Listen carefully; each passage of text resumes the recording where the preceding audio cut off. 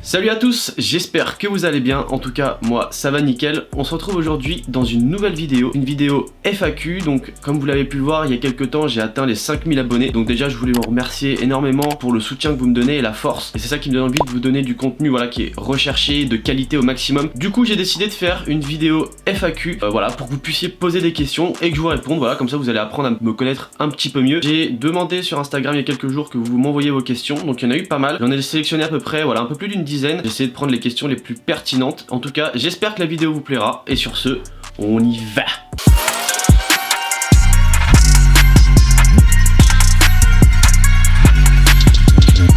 Ok, donc je vais sur mon téléphone principalement pour lire les questions, voilà, tout simplement. Donc on va commencer avec la première question de Yann Le Gavre qui me dit: faut-il encore acheter des Air Force One? Alors, les Air Force One, moi personnellement, si je prends mon avis, pour moi les Air Force One c'est des paires qui sont intemporelles. Donc pour moi c'est comme des paires de Converse par exemple, tu peux acheter des paires de Converse n'importe quand. C'est des paires simples, voilà, tu prends une paire d'Air Force One blanche, ça passe avec tout. Et d'autant plus aujourd'hui, voilà, où on est dans un délire un peu plus vintage, etc. Donc qui sont entièrement à la mode aujourd'hui et qui, même s'ils n'étaient pas à la mode, seraient pour moi indémodables parce que c'est des modèles justement intemporels et iconiques. Donc c'est comme les Air Max One, les choses comme ça, c'est des paires qui ne se démodent pas. Donc oui, ça vaut le coup d'acheter une paire d'Air Force One, surtout que voilà, c'est des paires qui coûtent pas très cher et qui je trouve sont assez résistantes. Bon, à part sur la toe box, ça se crise très rapidement, mais en soi c'est des paires qui sont vraiment bien, même au niveau du confort, j'aime beaucoup personnellement. Ensuite j'ai une question de Maxime KNY qui me demande: c'est quoi ton logiciel de montage? Alors mon logiciel de montage c'est Premiere Pro.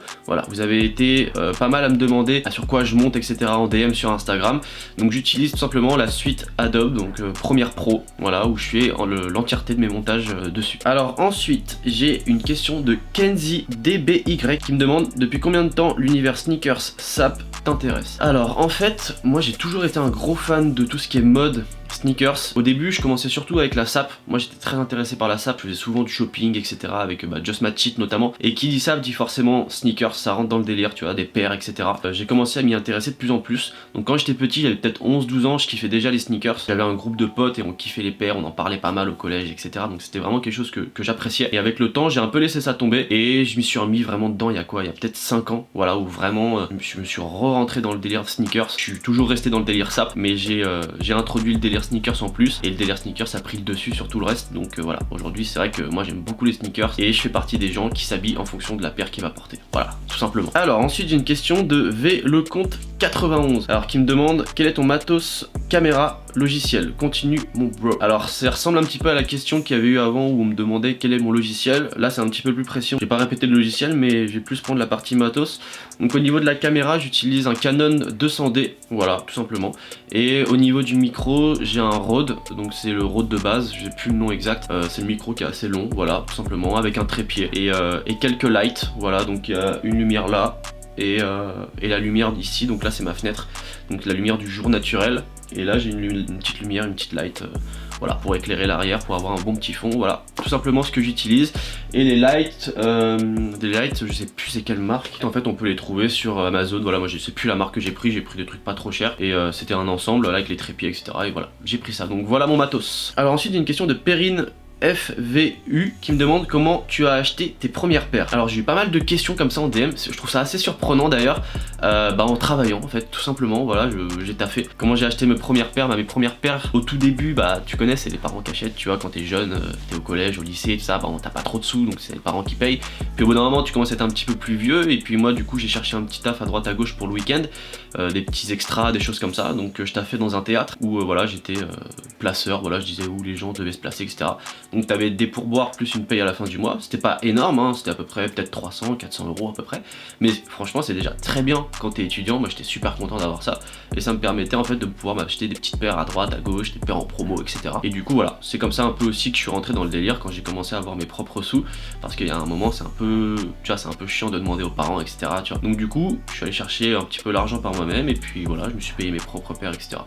Il y a plein de moyens aujourd'hui pour pouvoir gagner un petit peu de sous, notamment avec internet. Je vous invite à vous renseigner. Et puis voilà, vous pouvez gagner des petits 60 euros, 70 euros comme ça par-ci par-là, et vous prenez des petites paires et voilà, c'est cool. Donc voilà comment j'ai acheté mes premières paires. Alors ensuite j'ai une question de Bravo Nils 3 qui me demande: tu travailles? Oui, je travaille. Dans quoi je suis? Alors vous avez été aussi nombreux à me le demander. Je travaille dans une grande boîte de télécommunications et je travaille en tant que webmaster, voilà tout simplement. Donc je suis concepteur en fait de sites, voilà. Ensuite, j'ai une question de ALGN08 qui me dit: tu comptes faire des feats avec d'autres youtubeurs? Alors je trouve cette question vachement intéressante. En soi c'est quelque chose que j'aimerais bien faire dans le temps avec ma chaîne, dans le sens où moi ça m'intéresse vachement de pouvoir partager justement ma passion avec des personnes qui ont exactement la même passion. Du coup voilà, ça peut être vachement intéressant. Le truc c'est qu'il faut trouver un concept qui puisse bien marcher.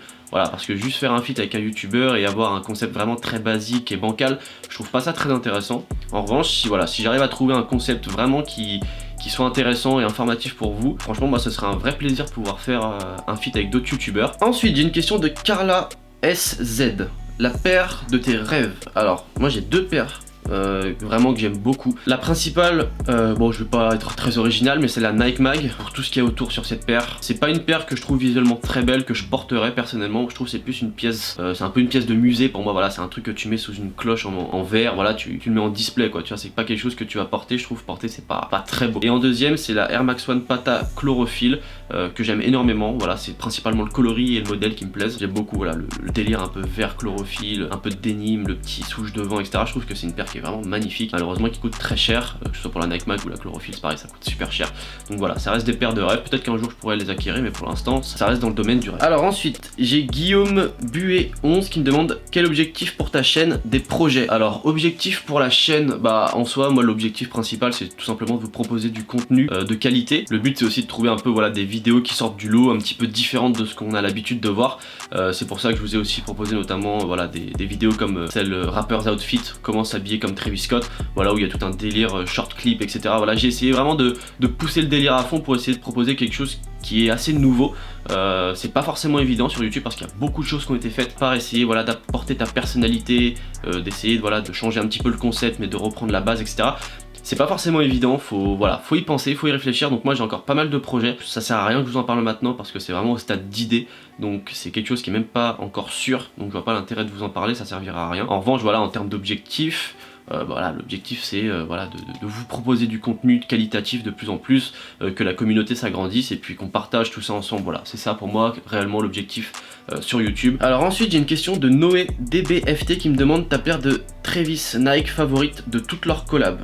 Alors moi ma paire préférée, c'est compliqué, mais je dirais que c'est la Air Force One, la toute première qui est sortie, voilà, avec le swoosh détachable là, en scratch. Je trouve cette paire vraiment lourde. Au début quand elle est sortie j'étais pas forcément fan de la paire, je la trouvais vraiment pas dingue, et avec le temps je la trouvais vraiment belle. Quand je l'ai vue porter, je me suis dit putain mais la paire est vraiment magnifique. Le fait qu'on puisse la personnaliser, etc. Voilà, je trouve que ça a apporté vraiment quelque chose de nouveau, comme à chaque collab de Travis, à part sur la 270 React où voilà, moi je trouve que la paire est vraiment, pour moi c'est un raté, pour moi elle est pas réussie cette paire, mais tout ce qu'il a fait auparavant, vraiment les paires sont réussies. Même la Jordan 1 j'aime beaucoup, mais c'est vrai que je partirais sur la première Air Force One qu'il a sortie. Ensuite j'ai Raphaël 060714 qui me demande: y aura-t-il plus de vidéos accompagnées de Just Match It? Si vous savez pas qui est Just Match It, c'est tout simplement mon meilleur pote, donc je vous invite à aller suivre sur Instagram. Et on l'a déjà vu sur ma chaîne, voilà, il y a eu quelques vidéos qu'on a fait ensemble, voilà, où notamment on devine des paires de sneakers, etc. Et oui, à l'avenir il va y avoir d'autres vidéos avec Just Match It qui sont programmées là très prochainement, donc voilà, ça arrive, et puis voilà, j'espère que le contenu vous plaira également. Alors ensuite j'ai Val MDD qui me demande: quel est mon parcours scolaire? Alors mon parcours scolaire,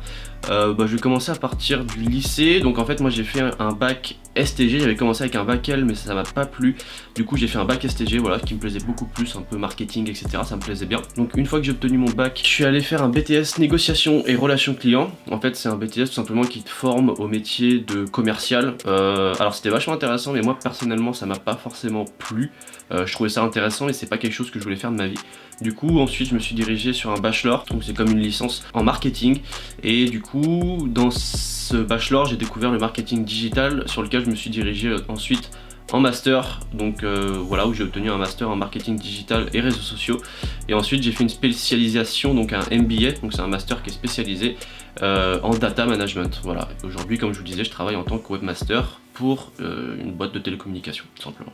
Donc voilà mon parcours scolaire. Alors ensuite il y a SJR 7734 qui me demande: avec quelle marque souhaiterais-tu travailler? Alors il n'y a pas forcément de marque en tête avec lesquelles j'aimerais travailler. En revanche, je suis intéressé voilà, pour travailler avec des marques un peu indépendantes, voilà, des personnes qui se lancent, qui sont motivées, etc., qui font des produits de qualité. Je trouve ça vachement intéressant, voilà, moi je m'intéresse beaucoup à leur concept, comment ils ont créé ça, qu'est-ce qui fait qu'ils sont lancés dans la SAP, etc. Et quand voilà, je vois que c'est quelque chose qui est sérieux et derrière on peut discuter, voilà, pourquoi pas travailler ensemble. Moi que je vous propose les pièces également, ça peut permettre aussi à eux d'avoir une visibilité.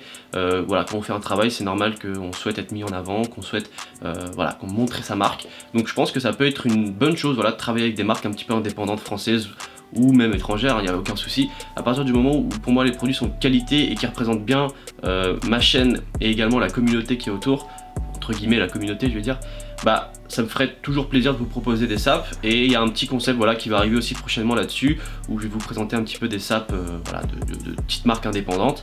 Donc voilà, moi ça me fait vachement plaisir et puis on va voir ce que ça donne et j'espère que ça vous plaira comme type de contenu. Et ensuite pour terminer, j'ai qu'Antoine05 qui me demande si j'ai un compte Vinted. Et oui, j'ai un compte Vinted, c'est sneakers.eb, donc voilà, sneakerseb. Et bah voilà, vous pouvez aller dessus. Pour l'instant il n'est pas super à jour, j'ai pas mal de SAP encore à mettre dessus, quelques paires également, donc je vous invite à aller dessus si vous voulez aller voir. Voilà, sur les prix on peut s'arranger, il n'y a aucun souci. Et puis voilà, si vous voulez aller vous abonner également au Vinted, bah allez-y, et puis il n'y a pas de problème. Et voilà, sur ce, la vidéo est terminée, donc j'espère que ça vous aura plu. Voilà, j'ai essayé de répondre au maximum de questions possibles. Bon, il y en avait quand même pas mal, donc j'ai essayé de sélectionner voilà, un petit peu au compte-gouttes et celles qui m'intéressaient le plus. J'espère que ça vous a permis également d'apprendre à me connaître un petit peu plus, parce que voilà, vous me voyez à travers la caméra en train de vous parler de sneakers ou autre, je parle pas souvent de moi. Surtout n'hésitez pas voilà, à liker, à partager et à vous abonner. Et sur ce, peace.